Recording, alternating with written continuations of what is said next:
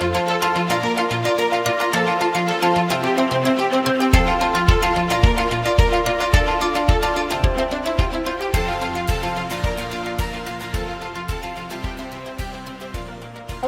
and welcome to Conversations from the World of Allergy, a podcast produced by the American Academy of Allergy, Asthma, and Immunology. I am your host, Rebecca Saff. I am a board-certified allergist and immunologist and a fellowship director who always enjoys learning more about the exciting field of allergy immunology. Our podcast series will use interviews with thought leaders from the world of allergy and immunology to keep up to date on new developments and review core topics. Today's edition of our Conversations from the World of Allergy podcast series will focus on the effects of climate change on allergic disease. We are pleased to welcome Dr. Kari Nadeau as our guest for today's episode.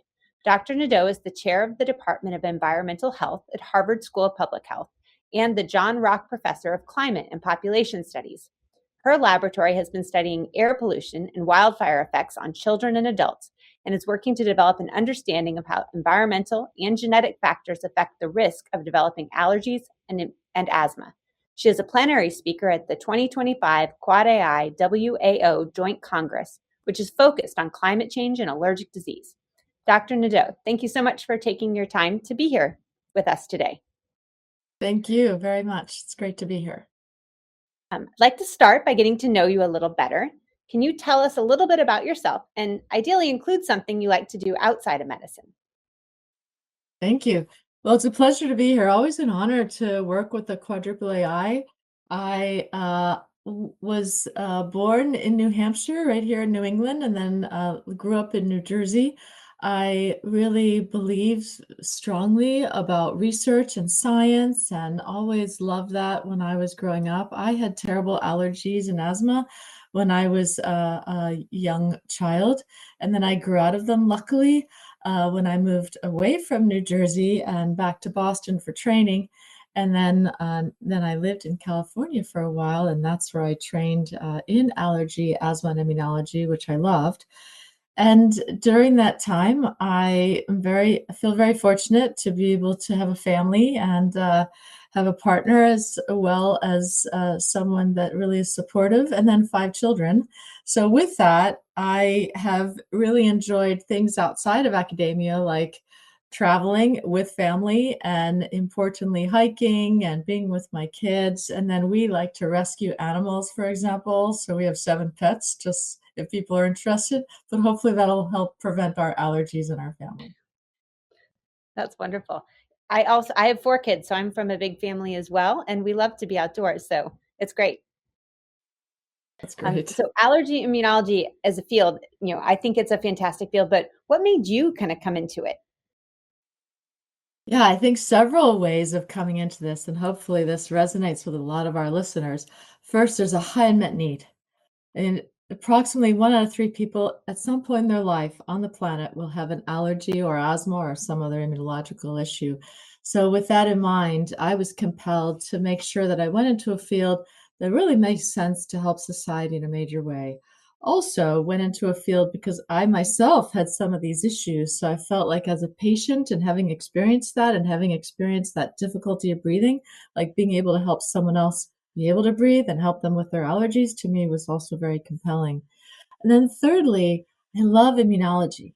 When you look at so many of the complex mechanisms involved in the basis for the diseases that we treat, allergy, asthma, and then also knowing the most uncommon of these diseases that are immunodeficiencies to the most common of these diseases like allergic rhinitis, to be able to span that spectrum of disease and differential diagnosis, to me was incredibly stimulating. And being able to take care of someone chronically gives me a lot of satisfaction as a physician. Seeing families, seeing people move forward in their life. I love the fact that I have patients that I've treated for almost 30 years. No, I agree. Having that lifespan is really fun to see patients as they grow through different stages of their allergic disease, but also just as they grow. Yes, exactly. So I actually read, the first papers I read of yours were really in food allergy. And so how did you change your focus from food allergy over time to this climate change and environmental health? Or do you not really feel it was a shift? Yeah, it's really interesting because, of course, as researchers, our papers kind of define us, right? And so there are externalities to be able to have people know, okay, what is that person doing? What is their team doing? And no one person can do it all. So I just want to make sure that's really clear. I am very grateful for incredible teams and collaborators that really have formed this whole arc of data to be able to have publications, period. And so what happened was, I was a resident and a fellow, and my mentor was Dale Metsu, and we were taking care of a child in the ICU who had unfortunately become an organ donor because they had anaphylaxis to milk. And I'll never forget seeing that father's eyes, just completely not understanding why his child had died because of a milk allergy. And I really felt compelled to be able to understand how we could best help this disease because it's preventable in terms of anaphylaxis and fatality for the most part. And then, of course, what happened was this person was an organ donor, so the recipient also became milk allergic and they became my patient. So then I also got very interested as an immunologist, like, why is this? How did this allergy become transitioned into the recipient from the donor? So that was one area that really, I think for all of us, specific cases, specific problems that come up through our clinical experience really inspire us to make sure that we can, if we have the ability, look at our research within that angle. While I was doing that, I had already started research in asthma and regulatory T cells and was studying a cohort in Fresno, California. So these were two areas I was doing simultaneously in my lab. And my overall arc of research, and it still is this, like what makes and breaks immune tolerance? How do you make immune tolerance, i.e., oral immunotherapy to allergens like food allergy? So that's making tolerance for otherwise it was not there. And then how do you break immune tolerance, i.e., exposure to the epithelial barrier, toxins that can affect different types of pathways in our immune system that then take an otherwise tolerant system and make it intolerant and create disease. So those are the two angles I approach this. So to me, it was natural to study both areas. But I understand, we really took food allergy and moved it forward thanks to a lot of great people and a lot of great mentors. And then in parallel, we were doing a lot of air pollution research too. And it really seems like the epithelial barrier is really key to both of those things. And that's where you've done a lot of your work. It's really interesting for our field how many discoveries and innovations have been made, even while I've been training, right? I mean, in a period of 20 years since finishing fellowship and residency, all these biologics have come up to our capability to treat patients. That's come through a lot of basic science and understanding of targets for disease. If it were not for understanding immunological mechanisms, we wouldn't have a lot of those items that are now in our back pocket to give to patients to help treat asthma and allergies. And in addition, when you really dig deep into the mechanisms, you realize it really starts at the top, literally and figuratively. And it's not always the case, but in general, what we've now found with many others contributing to the science is that if you disrupt the epithelial barrier through externalities, through proteases, maybe through dust mites, as well as through environmental exposures like wildfire smoke, through toxins like detergents that break the epithelial barrier. With activation of the IL-C and alarmin pathway, what's been discovered through animal models and many of our basic science colleagues is that activates obviously allergies and Th2 pathways. So for me, that understanding the activation is another way clinically to really get at prevention. And so I'm so glad that now we're looking at the epithelial barrier as one of the nexus points for that disease entry.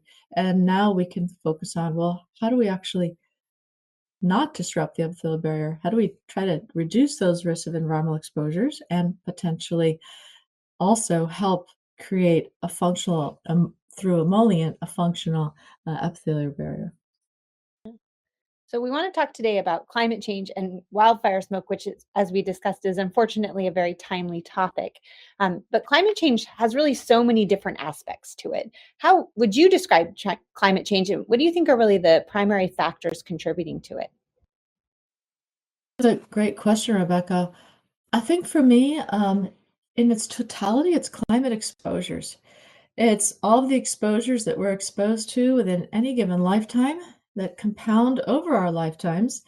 And in the whole picture of exposures, in the climate especially, we look at global warming. It's happening. CO2 has increased, unfortunately, post-industrial era. And because of that, you see the warming in our atmosphere.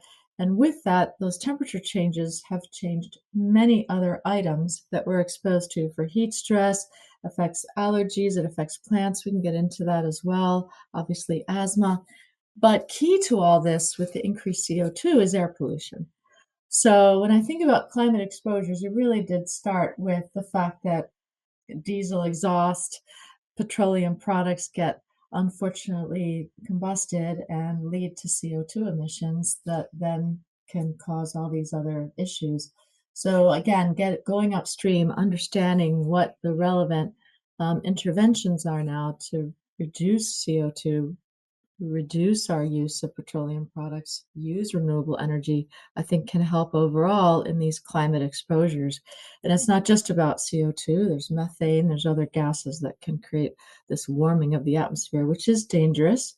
And we really need to get ahead of it. And now we need to not only get ahead of it through mitigation, but also adapt to it because our patients are suffering from heat stress that increases asthma or allergic rhinitis because of pollen increases. So for me, our field is kind of a bellwether for how much climate is affecting disease because we see it in our clinics immediately within days of an event like heat stress or wildfire smoke or even a hurricane with mold exposures and flooding. So I'm grateful to be in our field, but it also reveals a lot about climate exposures to us.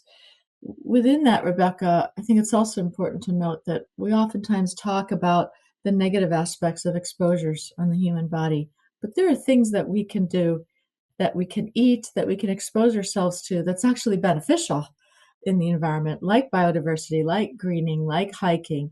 So what I'm also really intrigued at, especially in our field, is what are all the things that can actually help versus harm, and how do we balance this to help our patients?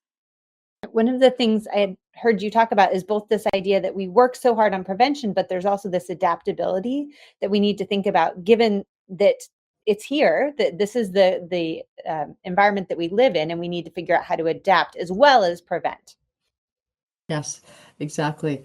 And in that adoption, like the wildfires that are occurring in LA, to really help anticipatory guidance. Like we don't know when these events will all happen and how severe they will be. Now we're getting better at monitoring and measuring and managing, but within managing, like you said, Rebecca, we have to know how to adapt. So COVID really helped us understand what types of masks really help reduce that risk of inhalation. So, wearing N95 masks and wildfire smoke, using an air filter, all these things really help reduce risks. And so now we need to just implement them in our typical conversations with patients, but also in our daily lives when there's exposure like wildfire smoke. So, in thinking about wildfire smoke, it's really a mixture of pollutants. So we think of it just as kind of ash and then these chemicals. What can you tell us about the composition of this wildfire smoke and why is it particularly concerning? And are there particular patients that it's concerning for? Yeah, I'm really grateful for our organization, the AAAAI, and IACI and ATS. They've done a lot of work in wildfire smoke. They've done a lot of work in climate exposures as well and put out guidelines. So I think our field, because of the fact that we're dealing so much with these issues and the downstream effects of wildfire smoke, that we've been really, hopefully, even more so now to put some guidelines together on this. So there's a great, if people are interested, there's a great report by the National Academies that's publicly available that talks about wildfire smoke chemistry. And my colleagues at Stanford have done a lot of work on this, and we got an accelerator grant to be able to look at the chemistry. And you can actually look at all the different components. There's between 200 and 400 different toxins in your average wildfire smoke. And every wildfire has like a fingerprint. And the reason why we know that is because you could actually trace it as the smoke circumnavigates the world, and you can pick up qualities of this wildfire smoke because of the chemicals that are part of it. So it's kind of like the fingerprint that we can really analyze, help thankfully because of chemical analyses. But with that, wildfire smoke is not so wild anymore. About 50% of wildfires also consume commercial buildings, cars, residential buildings. So you can imagine what's in your kitchen sink, what's underneath your kitchen sink, what's in your shower, what's in your garage. It's all going up in smoke. Your upholsteries, like that all goes and gets emitted into the air, becomes fine particulate matter. Particulate matter less than 2.5 microns gets into our lungs. So the soot that you see on the ground, typically in the ash, that doesn't necessarily get into our lungs. It can get into our skin and irritate it for sure. It tends to be very acidic or basic. It's not natural. There's no safe distance from wildfire smoke or wildfire soot. But unfortunately, the smoke itself that gets up into the air, those big plumes, anything less than 2.5 microns can get into our lungs.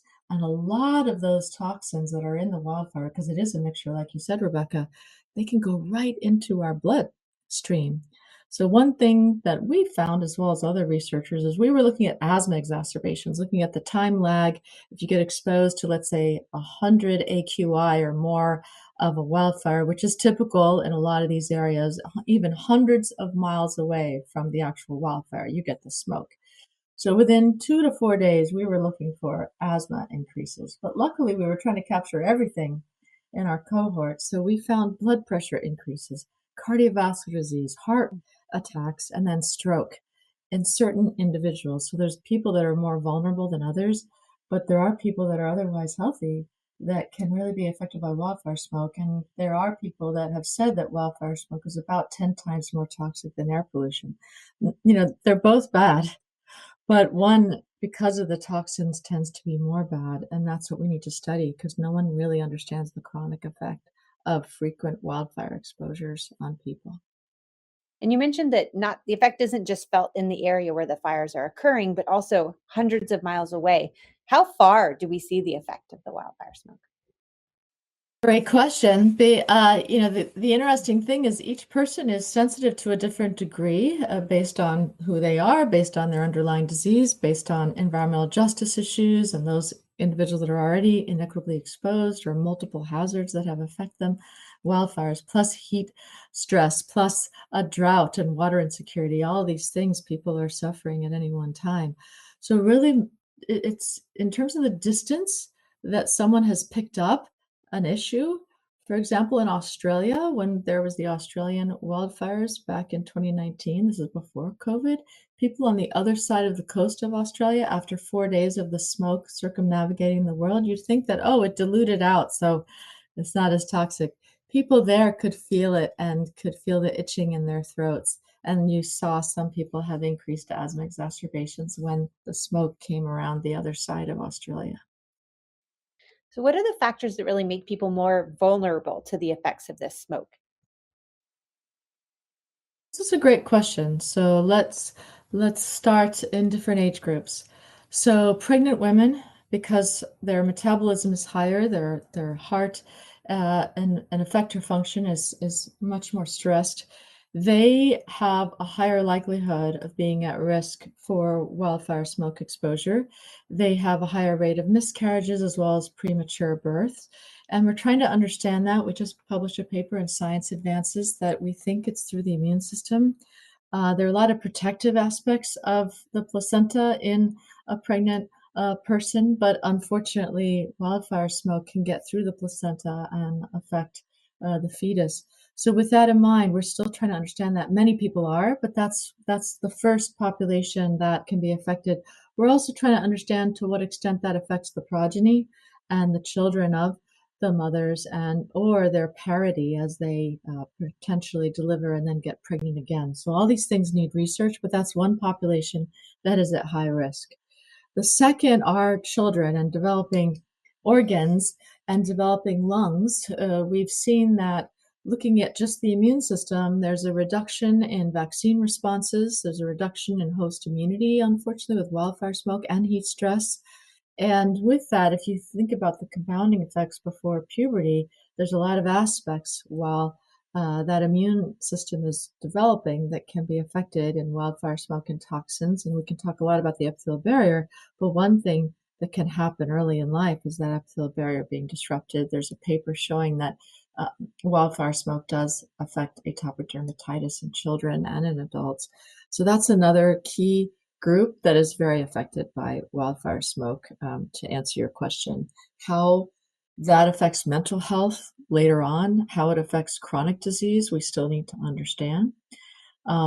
As we think about adults, with any disease like cardiovascular disease, as well as adults that are farm workers or certain occupations like wildfire fighters, those are at high risk for issues around wildfire smoke. Well, farm workers a lot of times have to work outside, even hundreds of miles away from the wildfire, but yet that smoke is encapsulating their work and they still have to work. So they need more protection. I think adults with diseases who also with obesity or with metabolic syndromes are at higher risk because the immune system is getting changed by these exposures. So you see some of those diseases getting exacerbated. Then when we turn into 65 and over, that's also important because that has that age group has been shown to have a higher risk of stroke, heart attacks, dementia, and Alzheimer's as well. So I don't mean to be such a Debbie Downer today, but we do need to look at the whole spectrum of ages, and especially those groups that what we call the environmental justice groups that are already inequitably exposed, people of color, the underserved populations, people that don't have great health care access, they're going to be at higher risk no matter what age they are because of the lack of access or the inability to evacuate during wildfire. And does this effect persist, throughout life, or, what do we know about the length of time after an exposure, particularly a close exposure? Yes, it's an excellent question. Here we are in Massachusetts, and we thought, oh, here, we have relatively high amounts of water comparatively speaking. But this summer, here we are, we had wildfires in our own state and across the East Coast. So these types of questions, Rebecca, should be relevant to anyone on the planet because wildfires are increasing by about twofold now that are associated with climate exposures and global warming. So we know that this is something and a topic that we need to study, but so far we don't have great answers to that question in terms of chronic exposures beyond, let's say, a 4-year window period. But typically, beyond the actual wildfire itself and the exposure to the smoke, even when the air clears, because it gets into the water supply and the soil, we're seeing after effects and diseases that actually were started because of that exposure. Now, these are all associations. It's hard to prove cause and effect. But in animal studies like the monkeys at UC Davis, you can see that one inciting event of a wildfire that has been studied by a woman by the name of Lisa Miller, who gave a plenary talk last year at AAAAI, that actually did induce long-term changes in lung and in cognitive capabilities and in the brain. So to me, we've just sort of scratched the surface, as it were, but we need more long-term studies. There's one study in Canada showing that a community that was at that wildland urban interface that got exposed to wildfires at least 2 or 3 times, that community had a higher risk of cancer longer term out. These are all epidemiological studies, but it seems reasonable to hypothesize that that would be true. And one of the things I had read when I was preparing is that increased wildfire smoke has really negated a lot of the improvements in air quality that we've actually made by clean energy transitions.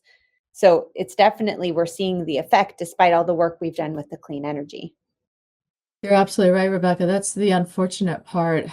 Again, we really want to focus on solutions now, but that was another wake-up call when Marshall Burke and Marissa Childs published a paper in Nature showing, and I think it was Nature Communications or Nature, but that they showed that with, unfortunately, there's so many great regulations that had occurred in the West, but unfortunately, so much wildfire smoke has concatenated over the years, and it has reversed some of our regulatory successes. Tell us about how we monitor air quality both after a fire, during a fire, and kind of what we see? Sure. You're only as good as your data. You're only as good as how to measure your data. And as we measure it, we need to also make sure we monitor it correctly, and then that hopefully can allow us to manage better. But for example, here where I work at Harvard, I'm very grateful for the auspicious past in this department, because 111 years ago, they were looking at engineering different types of uh, machines. And that was way back when, during polio and the iron lung. But because of that, a lot of our engineers then developed monitors for air pollution. So we were one of the first places to actually monitor air pollution in the Watertown High School, had the first pollution monitor ever. And so we now have pollution monitors all through the US. And it's important for the audience to know that we're one of the countries that actually does do a lot of monitoring of air pollution. We can do more, we can do better. But back when the Clean Air Act was made in the 70s, people really started to measure better. So how we do it is we have these pollution monitors that are on top of buildings, and people can actually go into the EPA websites and find out their zip code and find out where those EPA monitors are in the buildings. This is our tax money at work. So find out where those are. They're very helpful because they allow in the US to construct a map of what exposures you're getting exposed to. And what we do is we look at air pollution. It's not just particulate matter less than 2.5 microns. We also look at nitrogen dioxide, which is a dangerous gas, and others. But there are some we don't measure routinely that we're getting better at engineering ways to monitor, like ultrafine particles. So that's one thing. Those are getting measured by the EPA. But many countries, for example, Kenya has one monitor in their capital in Nairobi, but it doesn't work all the time. So we need better monitors throughout the whole world. That's what I'm saying. And the WHO is working on that, but we need more resources. But now people are doing a lot of individual monitoring. So you have the EPA monitors, but then we can also buy monitors off the web. And I would suggest, if people are interested and if you have the resources, to do that. Purple air monitors are very helpful to put inside and outside your homes. There's another, I don't work for any of these companies, but there's another product called Air Things that really has the capability of in real time measuring your indoor and outdoor air pollution. So these are things that, now that we're crowdsourcing a lot of things, and now that we're doing a lot of citizen science, if people are interested, this is a good way to really pick up and monitor air pollution exposures in a very local way. Because like we're seeing in the wildfires in LA, so much of the winds change, and people don't know if they're getting exposed to this or not based on the EPA maps, because things are so fast and furiously changing. So that's where the individual monitors are really helpful to have in your homes and outside your homes. I hope that was answered your question. No, that's exactly. And so let's say we're doing a good job of monitoring and we find out that the levels of pollutants in the air, the wildfire smoke chemicals are higher. What are some things we can do to protect ourselves and our patients, and recommendations we can give to our patients?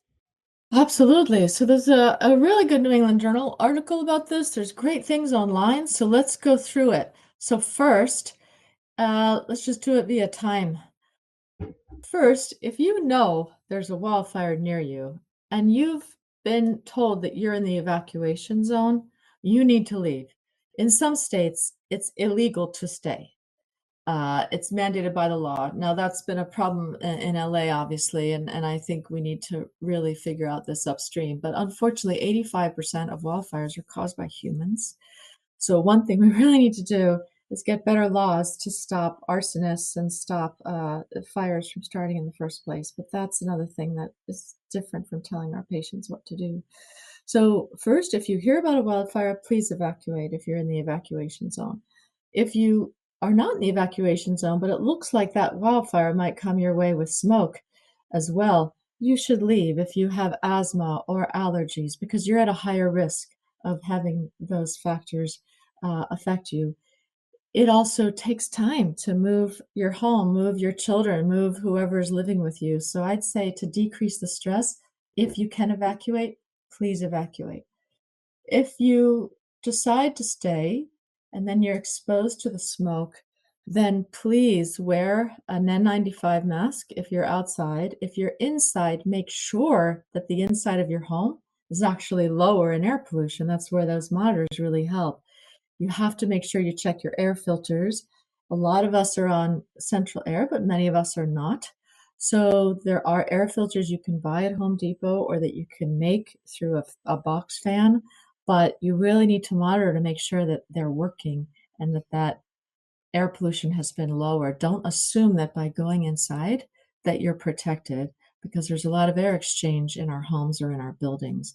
So that'd be something I would tell patients is wear masks. Now the problem is for children, it's hard to get that N95 mask around them. So get them indoors, make sure they're wearing an air filter. The other thing that people can do is, of course, if they do have asthma, start to use inhalers proactively to help reduce the risk of an exacerbation, for example. Start to use your allergy meds earlier. The eyes can also get really irritated, so start to proactively use medicines, but do it with the advice of a physician to be able to best help monitor your disease. And then if you do feel ill or dizzy or any kind of changes in your body after the exposures, go to emergency room right away. Because like I said, there's increased risk of health and it's best to go to emergency room if there's still an emergency room to go to. So that's where you have to really figure out where to get healthcare access. I hope those were all helpful. No, I think that's wonderful advice, both for anyone who's exposed as well as to give our patients who may be at risk of exposures. Yeah, then in terms of the next timeline is going back to your home after a wildfire or after the smoke is out of the air. Sometimes that was reduced by rain or by wind, but unfortunately the soot is still on play structures. It could still be in public areas. And so unfortunately, if you go back to your home after a wildfire, you have to run your water for hours to clear out because a lot of the soot and the toxins get into the water supply, especially people on well water. And so everyone is trying to understand this better. But in general, we have handouts to say you got to run your water, clear it out, get it tested if you can, and then also really test your soils too. We don't know all of the data, but we assume that the toxins have been captured in the soil as well as the water. And then watch out for like play structures because what happens is the dust gets dispersed again and gets up in the air. Now, is testing of water and soil in these areas mandated? Is it followed? Not yet. So the EPA does a lot of amazing work, but unfortunately, the resources to test soil and water routinely are not like they are for air pollution. So I think hopefully that will change, but we do need to watch for that more carefully. A lot of the researchers, for example, have means to do that, but we want to make sure that data is publicly available because that affects how people can manage outcomes. So it's a great question, Rebecca. We want to monitor it more routinely, but we need more resources and funds and people to do that. And one of the things we've seen from these exposures is that it can actually have not only kind of immediate effects, but these epigenetic effects that can last. Tell us a little bit about that. Yeah, so I love to think of epigenetics kind of as the markers on a page of music, where the music is your DNA and the actual notes are instructions, but how you play the notes, whether or not you pause or you actually play them, is really what we call epigenetics. And that's important because as we think about the human body, we need to understand how much exposures affect our DNA because the chemicals in the air actually can get through our cells and actually can activate enzymes that change our DNA. And that can be inherited. So epigenetics is a field that I feel is really important. The whole field of exposomics and understanding exposures is so important to do for any one individual. But with epigenetics, what we've learned is that one wildfire exposure can affect your DNA. That can be reversed with good behaviors. It depends on your age and good diet and whatnot.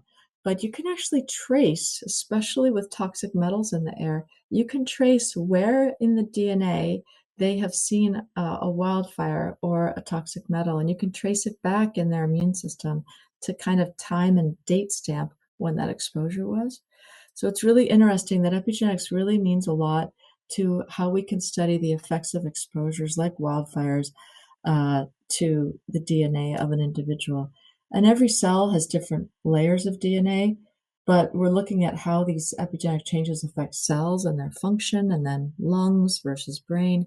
But it's a very good question because we're trying to understand epigenetic markers and how they're influenced by the environment, both good and bad, and how long those marks last for.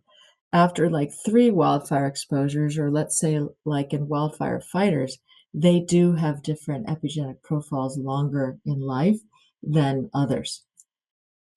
So many good areas of research that are ongoing and ripe for young investigators to come in and really learn more.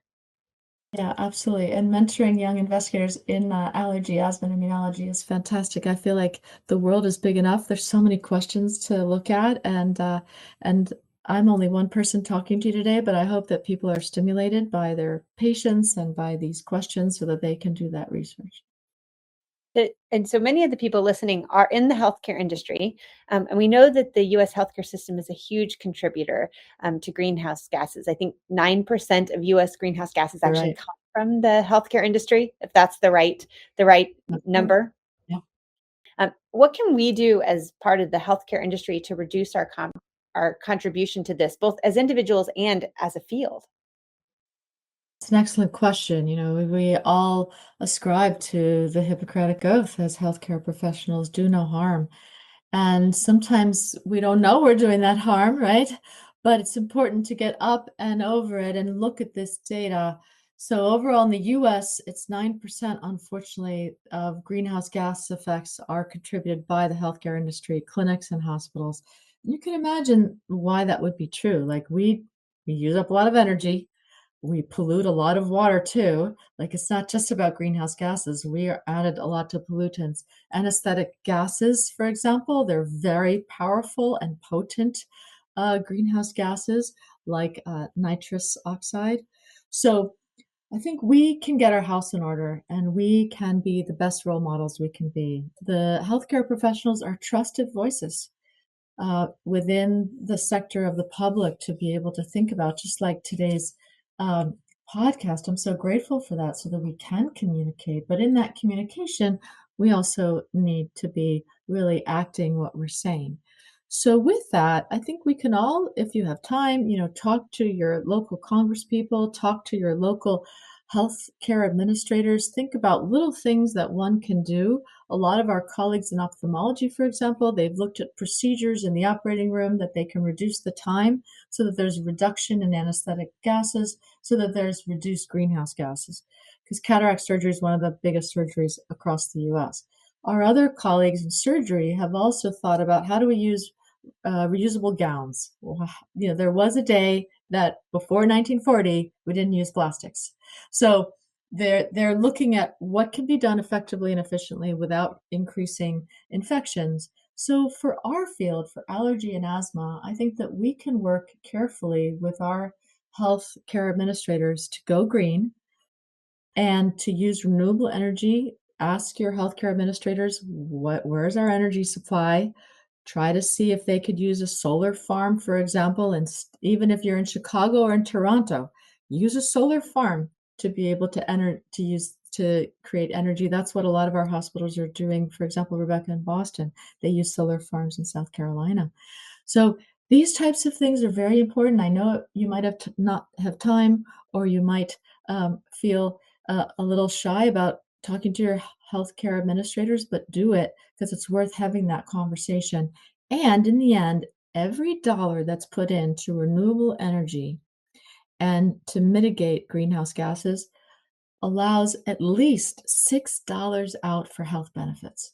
In the end, anything that our healthcare industry can do to reduce greenhouse gases, we can actually improve the health of our patients in a very acute, specific way. For example, if we just try to promote the use of electric vehicles to get to work in a healthcare industry, that will reduce the risk of asthma and worsening asthma by about 30%. So already within 28 days, you start to see changes.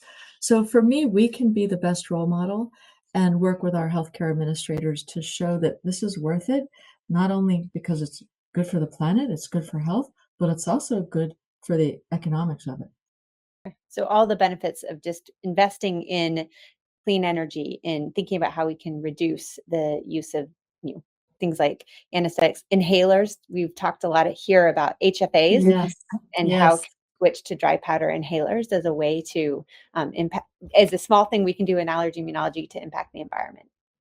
Yes, Rebecca, thank you for mentioning that. What are your thoughts there? Because that is an area that we can right away change. No, I think it's a fantastic way we can.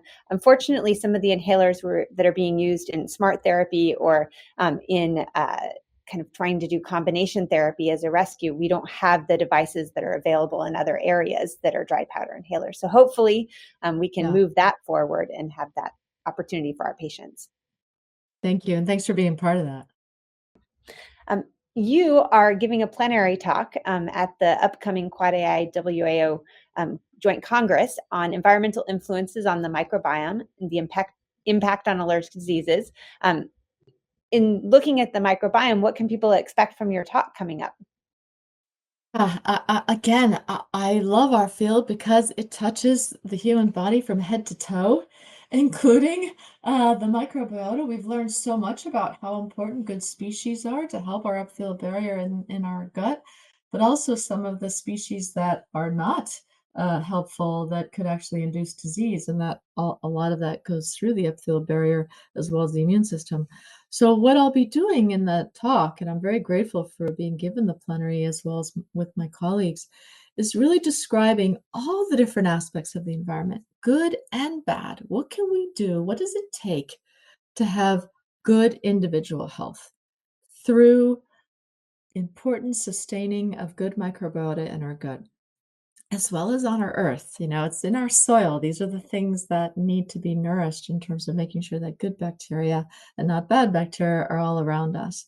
They're in the air, they're in the soil, they're in the water, they're in our food. So I'll be talking about good exposures too. What does it take to get good individual health? And I'll be talking about exposures, unfortunately, like chemicals or things that break down the epithelial barrier and chemicals that actually and conditions that worsen certain species that allow pathogenic microbiota to grow. And with that as well, I'll be talking about how that affects allergy and asthma in specific through the microbiota lens. We've learned a lot about how microbiota changes over time in someone's lifetime. So I'll talk about how this is involving different ages, pregnant women to older individuals too. So both the good and bad of environmental exposures, how that affects microbiota, and then specifically how that affects the diseases that we focus on as a specialty area. To me, it really involves everything and the exposome, but we need to understand and break it down. What does it take to get good individual health? And that to me is where, in the end, we want good quality of life and good individual health. So I'll try to frame my talk with that lens. And so often we focus on the microbiome in the gut or the microbiome and on the skin, and it's really all around us, what we breathe in our air and how that's impacting our lungs, the soil, as you brought up.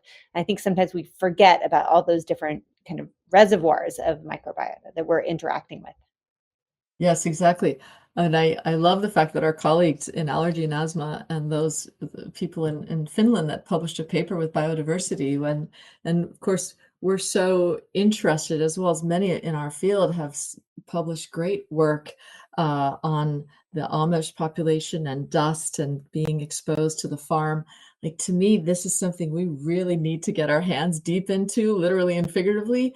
And the data from Finland showing that children in nursery schools, if they play with, good dirt, that you already start to see good aspects of their immune system being developed. So this is a field that I hope a lot of researchers will continue to delve in. And you serve on the U.S. Federal Wildfire Commission, and you've served on the Scientific Advisory Board of the EPA. Tell us about your role in the committees and how you got involved, and really the importance of us in healthcare being involved in those kind of regulatory agencies. Yeah, again, it's a great team approach. The U.S. Wildfire Commission is a nonpartisan commission with a representation from many different constituencies to be able to think about how to manage wildfires. So it was a privilege to work with people that were thinking about forest management from and wildfire fighters, as well as FEMA, the U.S. Department of Agriculture, U.S. Department of Interior. So the Wildfire Commission came to be because the Biden-Harris administration and Congress had asked for monies to be allocated towards wildfire prevention and wildfire adaptation and management. And I'm very grateful because, as we see in LA, these changes need to be put into place very quickly. So they involved also airline industries. How can we get better at monitoring wildfires as well as dousing them out early before they get out of control? So that commission just wrote a report last year.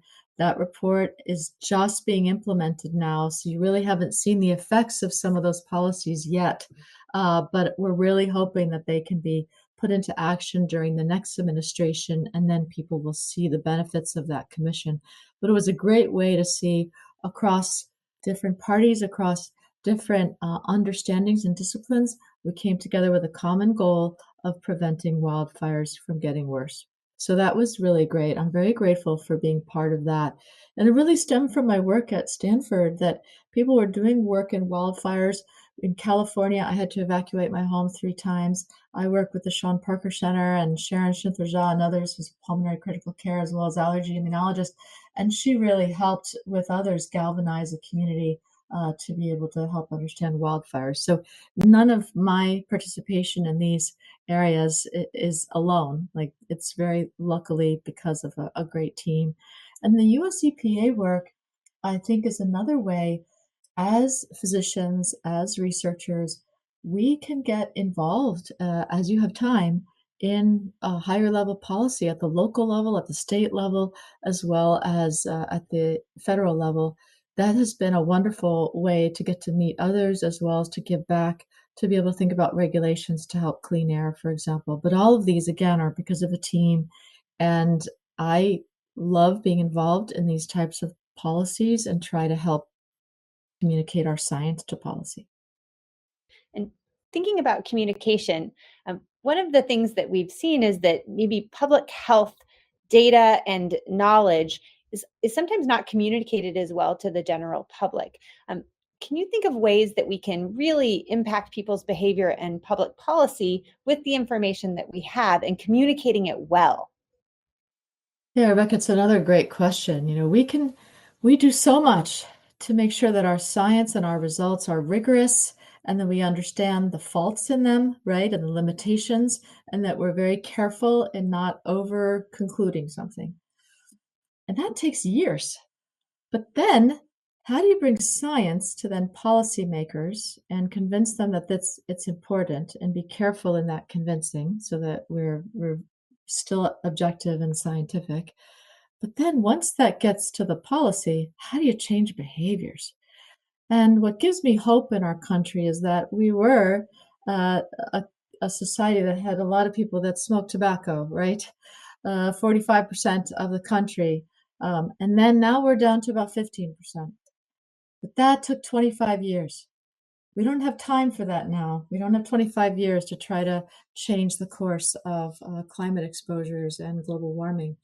So I think, Rebecca, what needs to be done is hopefully through the internet, through communications, through better understanding, with literacy rates being what they are, to really know how do we come to the table and have discussions that are balanced with communities and meet the community where their questions are, not assume that we know what the questions are at the community level. So I think it's going to take a lot more community engagement and being humble and saying, what do you need? And then framing the science towards what is bothering that individual or that community so that they see that it has a direct effect on their needs.